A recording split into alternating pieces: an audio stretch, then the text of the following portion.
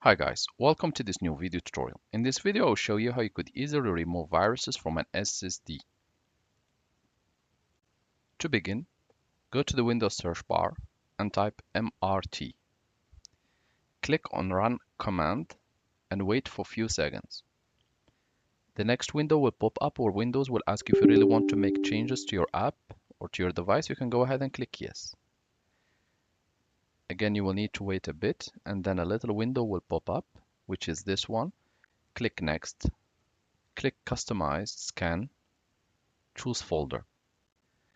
At this stage, this tool allows you to scan the Windows operating system, the C drive.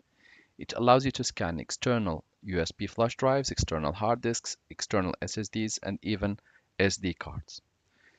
For the purpose of keeping this training short, we are going just to select this one, and we're just going to click Select, and we will click Next. This scan and removal may take up to a few hours based on how big is the data already in your device. So you need to be patient and you need to wait. And here you see files scanned, it's increasing. Files infected so far 0, and the start time, the exact start time, and the time elapsed.